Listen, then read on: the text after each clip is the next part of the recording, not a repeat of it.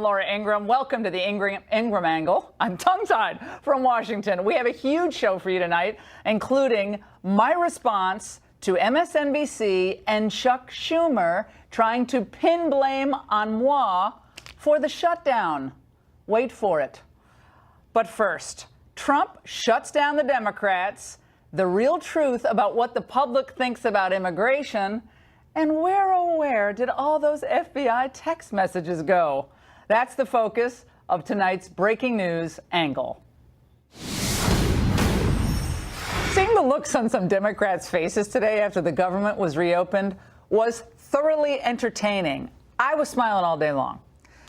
Di-Fi looked like she ate something bad in the Senate dining room. And Disturbin' Durbin looked like he swallowed Bob Corker. Look at him. Donald Trump and the Republican leadership outsmarted them again. It's Wile E. Coyote and the Roadrunner. The idiotic move by Chuck Schumer to shut down the government to help illegal immigrants was wildly unpopular, and he quickly felt the white-hot heat from the public. Even by Friday, more Americans understood the truth, that liberals in Washington put the interests of DACA people ahead of the well-being of our men and women in the armed forces. Now, think about it this way. Imagine being deployed in Afghanistan. Maybe you're on your multiple deployments. You're away from your family for several months, and then you find out that the fools on the Hill are more worried about illegal aliens than about you and your family. That must feel really good. It's disgraceful.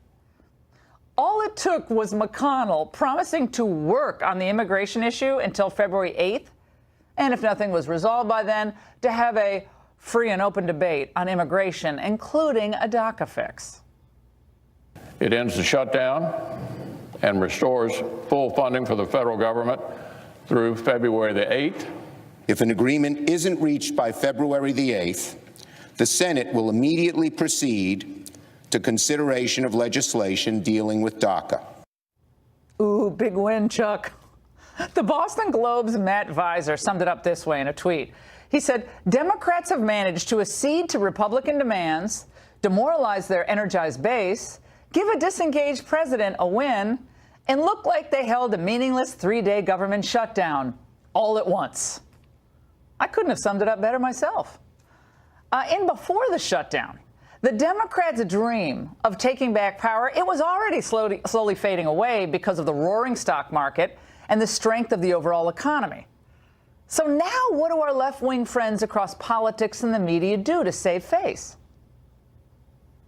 Just a fool, like he's just an idiot, like he's a stupid old blubbery man who doesn't know what he's doing. The president was not involved these past few days. Despite that, they've reached this compromise. The president doesn't have a good sense of his governing style. This is the second time his staff has basically had to trick him into watching TV and tweeting instead of being hands-on after he bungled it by being hands-on. I'm watching Nicole Wallace, and I keep thinking it's Mika Brzezinski. I can't. They're all becoming one person now when I'm watching them. Now, it's amazing how many of the same fanatics, by the way, have been trying to ram through amnesty since 2006. Think of them. It's Graham, Schumer, and Durbin, all back, the three amigos. Now, the president has got to be very careful in the coming days and weeks not to allow the foxes into the henhouse as the debate moves forward. You think about it. Republicans could not rid us of Obamacare last year after all those votes that they had when it didn't matter.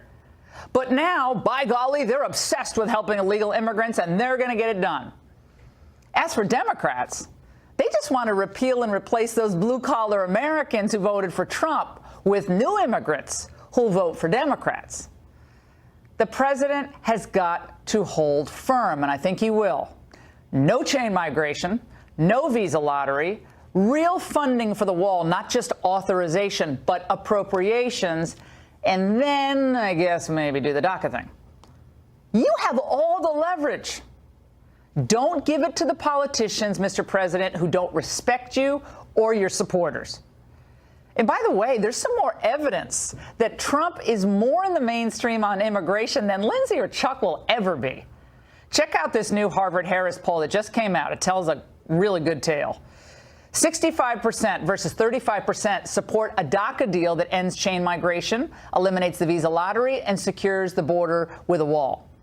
68% of respondents oppose the visa lottery.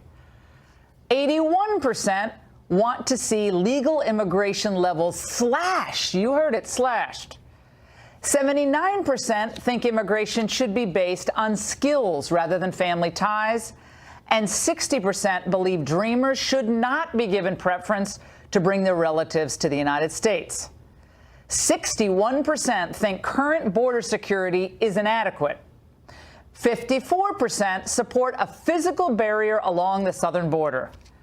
And a whopping 79% want secure borders rather than open borders.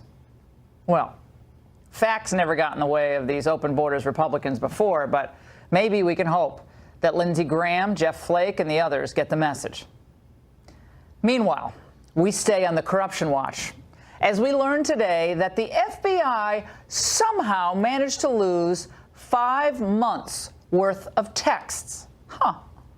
And I was shocked, I tell you, to have found out that the only texts the FBI failed to preserve were messages between that anti-Trump FBI investigator Peter Strzok and his paramour, FBI attorney Lisa Page.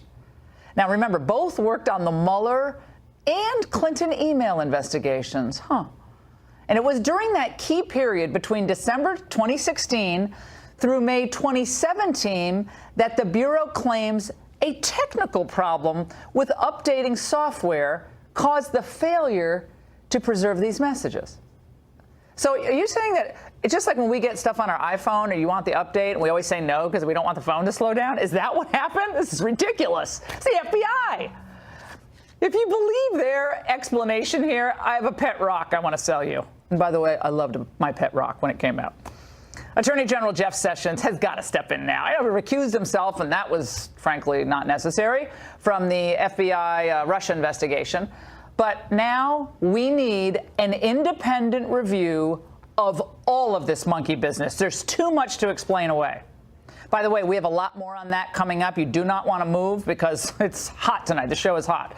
Including, by the way, the gradual push to release the House Intel memo and the FBI warrant abuse that we've been talking about for days on the show. There's new news on that. But there is other huge economic news today that I've got to get to that's going to be overlooked by everybody in the media, but not here. Once again, we'll show that President Trump is fulfilling the promises that he made. We will stand up to trade cheating.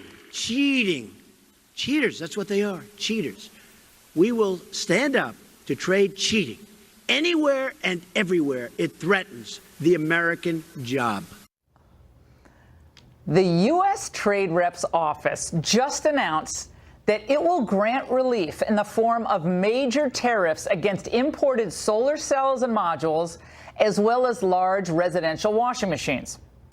Trump trade chief Bob Lighthizer cited Section 201 in the Trade Act of 1974, a law that gives the president discretionary authority to grant relief if the International Trade Commission finds that imports have been a substantial cause of serious injury. It's a real finding here. There had been a pattern of unfair trade practices going on for years, and this is the first time this law provided any relief since the early 2000s. Great news. Now, can you imagine Obama ever doing this? Or frankly, Hillary Clinton? Well, Hillary Clinton would have never done it because it was her husband back in 2000 who thought it was such a great idea for China to join the WTO. Remember, Obama did use tariffs once on tires, but that was only directed at China. Trump's tariffs apply to a large number of countries engaged in this abuse. Now, of course, today's trade enforcement action was greeted by the usual globalist hair on fire reporting. It's all wrong, but it's so predictable. Again, this pattern of unfair trade practices in major industries, and this is just the beginning, is obscene. And oftentimes, even when we go to the World Trade Organization, the World Trade Court, and they judge in our favor, the offending countries do not rectify the damage, and the damage to American companies is already done by the time they get any relief. Well, I'll tell you this. on trade, on immigration, so many issues. There is truly a new sheriff in town. And we're putting American industry first, American workers first, the American people first. And it's about time. And that's The Angle.